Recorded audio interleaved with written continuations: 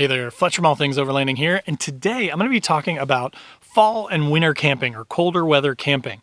And I've got a couple of pieces of gear from a company called Ignik that I'm going to show you that I think may be a great, simple solution for those of you that are out there like, I want to go when it gets colder, but I'm just not sure how to kind of get over that fear of being frozen to death all night, right? So again, I'm going to walk you through those two pieces of gear from Ignik. One is a heated blanket and the other is a heated pad that you lay on top of. So they're awesome pieces of gear, and like all Ignik stuff, super high quality, nice stuff. So if you want to learn more about the Ignik heated blanket and pad, stay tuned.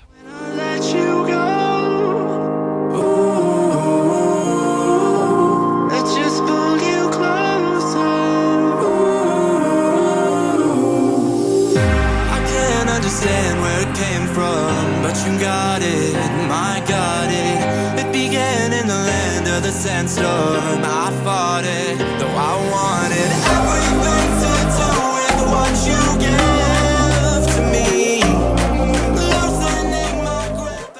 All right, so as I mentioned in the intro, as you can see, it's pretty chilly out here. It's about 40 degrees right now. I can see my breath.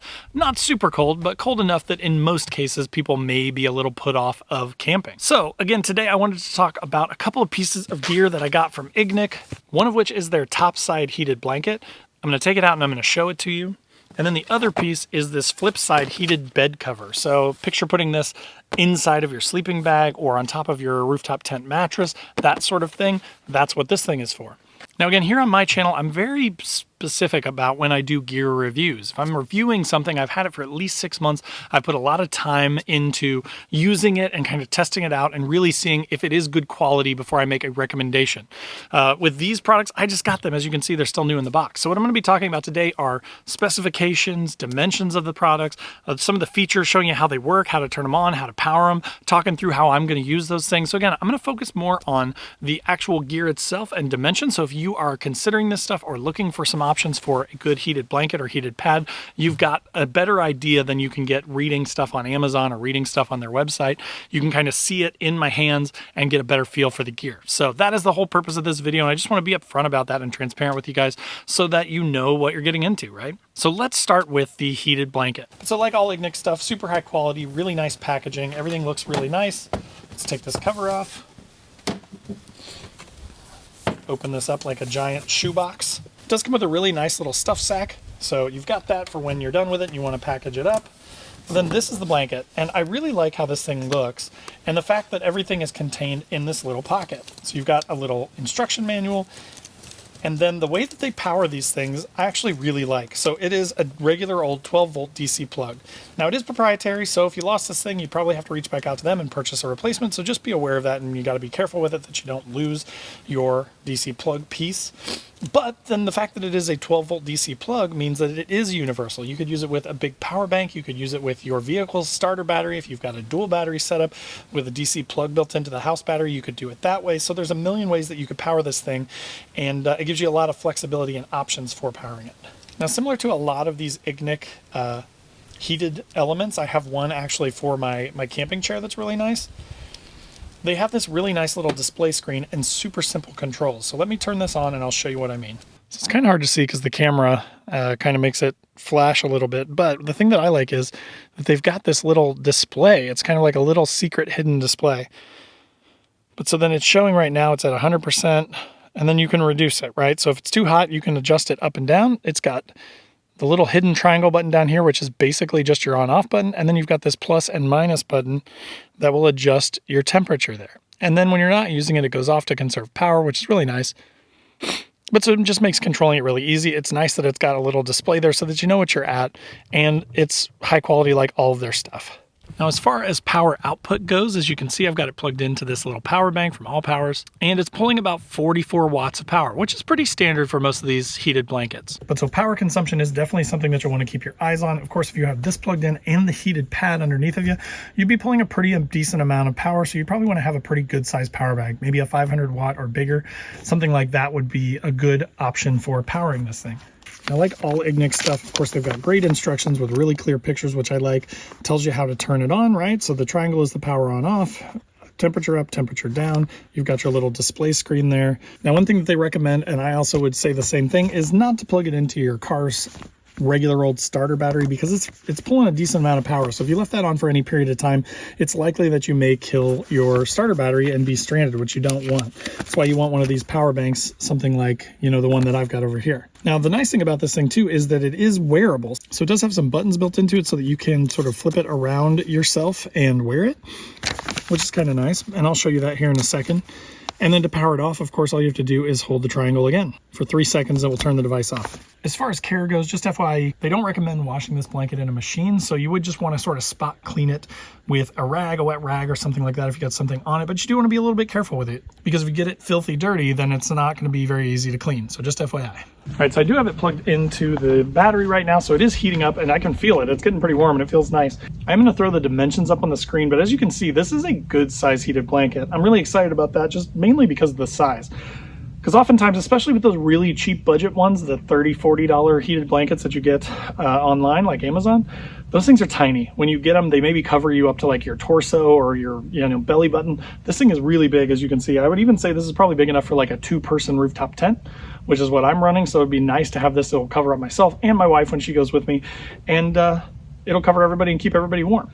Now the heating elements are focused down the middle here, and there's a big, huge heating element that runs right down the middle. So you just want to be aware of that. Now the blanket is going to spread that heat out and trap it inside, right? And obviously there's a power consumption versus heat consideration, so they do want to make sure that it is as efficient as possible, but also as warm as possible, right? So that does give you a good amount of heat coming out of that middle. All right, so a couple of things to show you on the blanket now that we've seen sort of the size of it. Again, I love that you can put the cords in this little pocket. So if you didn't want to use it as a heated blanket, that's another thing that people don't seem to think about a lot. When people post in my comments a lot, they say things like, well, how long will it last, and blah, blah, blah, what will it do, right? How long can you keep it on a battery bank and that sort of thing? And really, it's going to depend on the size of your battery bank, but just account for about 45 watts of power draw when the thing is on and turned up. And then you can do the math to figure out if it's going to work and how long on your power bank. But the fact that this can all be stored in here, this thing still functions as a blanket, right? Like, it is still a really well made, really warm blanket. So even if you didn't have a big enough power bank, even if you didn't want to use the power bank, you could still use this as a blanket. You're not losing all the functionality if you didn't have a big enough battery, or if you burned the battery juice out overnight and ran out of juice. Now they've got their logo on here, which is super sharp and nice. I did want to point out, like, the fabric on the outside is this smooth sort of like sleeping bag type material, so pretty water resistant. So if you do have this thing sort of wrapped around you at camp and you're walking around, then you'll be pretty water resistant on the outside. And then the inside is almost feels like calf skin or something. It's a really smooth, velvety kind of feel to it. But so it's going to kind of stick to you and not slide around, which I actually like that a lot, because one problem that I have with these things is you throw them over the top of you and then you wake up in the middle of the night and the blanket's all the way off to the side. Like, I've kicked it off somehow overnight. So with this sort of fabric material, it's going to sort of stay where you put it, which I like. So as I mentioned, it is sort of wearable, which is nice. I'm going to show you kind of how to do that here. So it's got this little toggle, and then it's got a little loop, right? So it's very simple, which I appreciate. But so, again, it's cold out right now. If you're kind of chilly, you could just put this thing around you, loop this toggle through here, just like that. And then you've basically got a wearable blanket, right? You can walk around camp. You can be warm. And again, it does do a pretty good job of sort of covering you up, but still giving you flexibility. I mean, it's almost kind of like a poncho or something, basically, right? But with just such a simple little addition as this toggle and loop, they've basically turned a blanket now into like a wearable blanket, which is really nice. So I like that option, especially with how cold it is here tonight. Might be nice to have this sitting around the fire. And then if you plug it into a battery bank that's maybe sitting on a table next to you in your chair, then you've got a heated blanket that you can wear, which is awesome. Now, another thing that I wanted to point out about both the blanket and the Flipside heated bed pad is that they do have a smart thermostat on them. What I mean by that is, when you unplug it and you take it away and you leave it in your rooftop tent for a couple weeks and then you go back out on another trip, it actually remembers your previous setting. So again, it's really nice that they build these things to be the same so that the user experience is really good. It's easy to use these things. You get used to them. If you start to use Ignik stuff, you'll see that it's really high quality and really nice to use. So that being said, let's dive into the Flipside heated bed cover. All right, so similar stats, 48 watt max output. Again, in my experience using both of these, they're about 45-ish is what I've seen. The material is basically the same, which I like. So on the inside here, it's that sort of soft velvety feel material, which is really nice. So one thing that you're going to notice on this is these buttons. You may be asking yourself, why are there buttons on this bed mat. The reason for that is because they thought ahead, and this is basically, and I'll hold this up and show you the dimensions on this thing too, but this is basically intended for one person. So it's about as wide as a sleeping bag, so you can fit that inside your sleeping bag. But the buttons actually allow you to, if you had two folks, like, so let's say my wife and I were camping together, you could button them together so that you make one large pad, and then you can attach them that way, so that they don't slide around, they kind of stay underneath of you where you want it to be. So the other thing is, everything is basically the same, right? The controls are the same. You hold this button to turn it on. You've got your minus and your plus to turn the temperature up and down. The power consumption is basically the same. If I had to guess, I would say this is probably the same heating element that's in the heated blanket. But the nice thing about that for you and I is that it makes this really simple to use. They both work the same, and you don't have to relearn things multiple times for different designs. It's basically the same thing.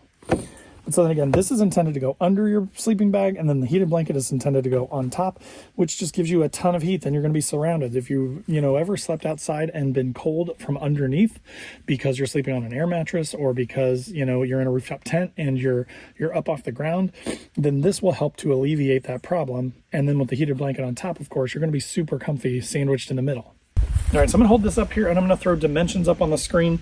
I'm about 6'2", so as you can see, it's pretty long. Like, it's as long as me. So you're not going to be sleeping on this thing and your back's going to get cold, because it will cover your whole body, which is really nice. So I'm going to go throw this in the rooftop tent. I'm going to use it tonight. And again, after this camping trip, I'm going to come back and I'm going to talk to you guys about kind of what I experienced with it, right? Again, the main point of this video is just to share with you the dimensions, the features, how it works, what it looks like, the size, all that good stuff, so that if you're looking at heated blankets, you can compare them and make a good decision for the one that's right for you. All right, guys, so I am back from that trip where I used the Ignik heated blanket and that Flipside bed warmer or pad. They were great, right? I mean, obviously, when you add electrically powered heat to a sleeping bag, it's way better than just having a sleeping bag, even if you have a good sleeping bag. So slept like a champ. Felt really good to have heat coming up from below and above, not gonna lie. You do have to watch your power consumption, right? Because as you saw, they do pull a decent amount of power. Another thing that I did learn, though, that I wanna show you is I learned that with the controller, and I didn't quite realize this at first when I was using it, but you can see right now I'm controlling the power, right? So I'm up to 60, 70, up to 100% of the power. The thing that I figured out is you can set a timer. So it did shut off on me after like an hour or two, and I was like, what the heck? Well, if you tap the triangle button here, it switches between the heat, right? The percentage of heat from 10% all the way up to 100%, so you can control how much power it pulls. And I didn't really notice a big difference in power consumption change going from like 10 to 100. So if you're going to use it, you might as well just turn it up, in my opinion. But if you hit that triangle again, then it actually changes and you have an adjustable timer, and you can go up to 10 hours. So you can go from 1 hour all the way up to 10 hours, which is also really nice. So, if you start this thing at 10 o'clock at night and you're going to sleep till 8 the next morning, you could just set it for 10 hours and let it run. If you want it to just kind of get you started for the night and maybe go for a few hours, you could do that. If you want it to run through the coldest part of the night and maybe shut off at 6 in the morning, you can do the mental math and you can actually adjust it with that timer setter. And again, it's going to remember your settings. So the next time you come back and you had it at 70% for 6 hours, it's going to remember that. So again, the more you get used to this stuff, the easier it gets to use. So again, heated pad, heated blanket, fantastic, love it. The quality of the materials, of course, like I mentioned, really, really good. So overall, after using it for a night now, I'm really happy with it. Again, this is just an initial impression, though. You got to make your own decisions, but hopefully that helps you to kind of see it in action, see the dimensions, see both products. Again, I've had quite a few Ignik things, from their fire pits to a heated pad for my chair to these blankets, and everything that they have is made of 100% recyclable stuff. So I really like their sort of company ethics. I like the way that they package their stuff, and their gear is really nice and high quality. So while it's a little more on the pricey side compared to a lot of the budget stuff that's out there, if you're looking for something that's going to last for a while, in my experience, the Ignik stuff's been really good. So just wanted to share that with you guys. So that'll do it for the video on the Ignik heated blanket and the Ignik pad. If you have any questions, post up in the comments down below. If you got value out of the video, hit that like button. It helps a ton.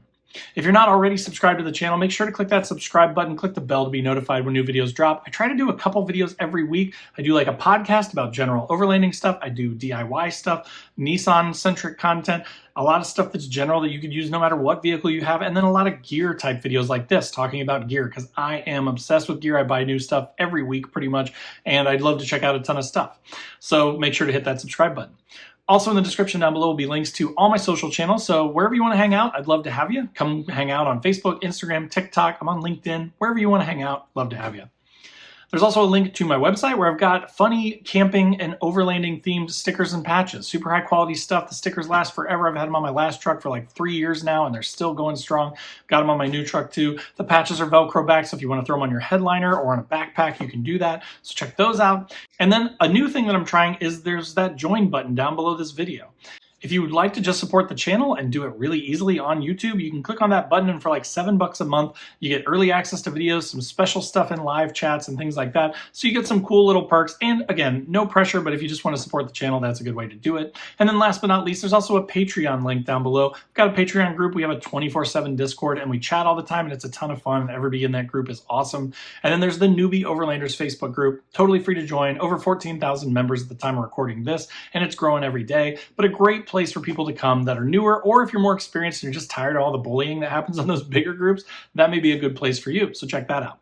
But again, thanks so much for watching. If you have any questions, post up down below, and we'll see you next time.